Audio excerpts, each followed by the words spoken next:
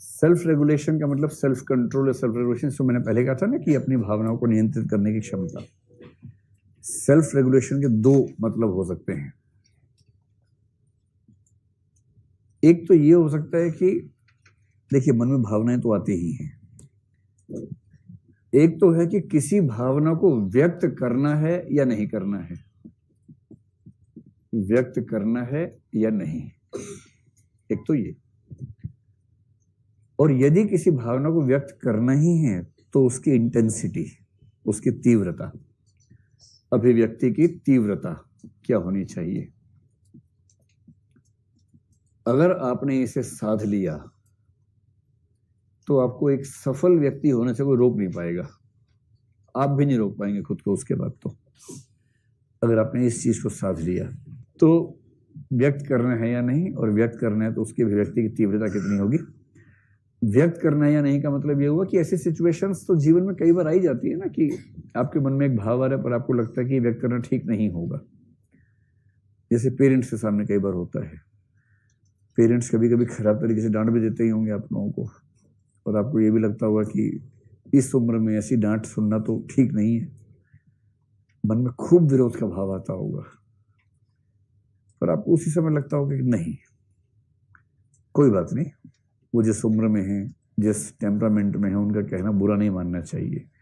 या सीधे सीधे उपयोगितावादी भाव कि चेक यहीं से आता है हर महीने, ये मेरे पेटीएम फादर हैं, तो एटीएम फादर बोलते थे, आजकल एक कंसेप्ट है एटीएम फादर। वो फादर जिससे इमोशंस नहीं मिलेंगे, टाइम नहीं मिलेगा, बच्चे बाप में कोई रिलेशन नहीं है सिवाय एटीएम के, कि जब जब बच्चे को पैसे की जरूरत है बाप पैसे की सप्लाई करता रहेगा, ये संबंध है एटीएम फादर। तो हमने रोक लिया अपने गुस्से को, इमोशंस को। ये आपके साथ अभी जो स्थिति है उसमें कभी कभी होता है ना, पढ़ाई कर रहे हैं अच्छे से, आईएएस बनने का ख्वाब है, सब कुछ है, इतने में एक झोंका सा आ गया जीवन में, कोई बहुत अच्छा लगा, उसने कह दिया कि हम लोग सोच सकते हैं अच्छे जीवन के बारे में। आपकी चेतना में तूफान, सुनामी, चक्रवात सब आना शुरू हो गया, डामाडोल हो गया कि हाँ बोलूं कि ना बोलूं, हाँ बोलूं कि ना बोलूं, हाँ बोलूं कि ना बोलूं, ऐसी स्थिति आ जाती है। और फिर कुछ दिनों के बाद चीजें स्थिर हो गई, आपने जी कड़ा करके मना कर दिया कि ना भाई ना, आईएएस के सामने कुछ नहीं, हम तो आईएएस बनने आए हैं, ये सब तो माया का प्रकोप है, इस सब से हम बचना जानते हैं। इसको बोलते हैं अपने भावनाओं को रेगुलेट करना। और आपने पूरा जी कठोर करके खुद से हिंसा करके कह दिया कि तुम्हें मैं बोलूंगा, हाँ मुंह देखा अपना तुमने, अरे मुंह मत दिखाओ, यहाँ पर मैं सिंगल द्वीप का रहने वाला हूं, तुम क्या खुद को समझते हो। तो ऐसी कुछ बात बोल के मतलब कि आप टाल दीजिए उसको। कुछ बच्चे समझिए कोड वर्ड को, बाकी कोड वर्ड को नहीं समझ। सिंगल द्वीप के बारे में ख्याति है, श्रीलंका मतलब सिंगल द्वीप के बारे में ख्याति है कि वहां के लोग सबसे सुंदर होते हैं, एक जमाने में ऐसी ख्याति थी, तो इस कंटेक्स्ट में कह रहे हैं। चलिए, फिर अगर अभिव्यक्त करना ही है तो उसकी तीव्रता कितनी हो। कभी कभी ऐसा होता है कि आपको व्यक्त करना ही होता है, पर अभिव्यक्ति कैसी हो। अगर कई बार होता है ना कि आपने बोलना शुरू किया फिर फट पड़े अचानक, और एक बार गलत अभिव्यक्ति हो गई तो मान के चलिए कि जीवन भर उसका जो रीइंस्टेट करने वाली स्थिति है इमोशंस की बन नहीं पाती है। गांठ समझ रहे ना, तो अगर गांठ पड़ जाएगी तो संबंधों को ठीक होने में मतलब बड़ा वक्त लगता है, अगर ठीक हो पाए तो वरना ठीक होंगे ही नहीं। इसलिए एक बात ठीक से समझ लीजिए, आप लोग अब जीवन के जिस दौर में है ना, जब भी झगड़ा हो किसी के साथ, माँ हो, पापा हो, भाई हो, बहन हो या वो हो, मैं आपको एक सीरियस सलाह दे रहा हूँ। सीरियस सलाह ये है कि अगर कभी ऐसी स्थिति आ जाए ना कि आप अपने किसी व्यक्ति से जो जिसके साथ अच्छे संबंध रहे आपके, कोई नाराजगी हो गई, झगड़ा हो गया, बात कर रहे हैं, पहली बात तो कितना भी बुरा संबंध हो जाए वो सच मत बोलिएगा जो आपने बहुत दिनों से संभाल के रखा हुआ है, ठीक है। और किसी वर्तमान झगड़े में अतीत को लेके मत आइएगा।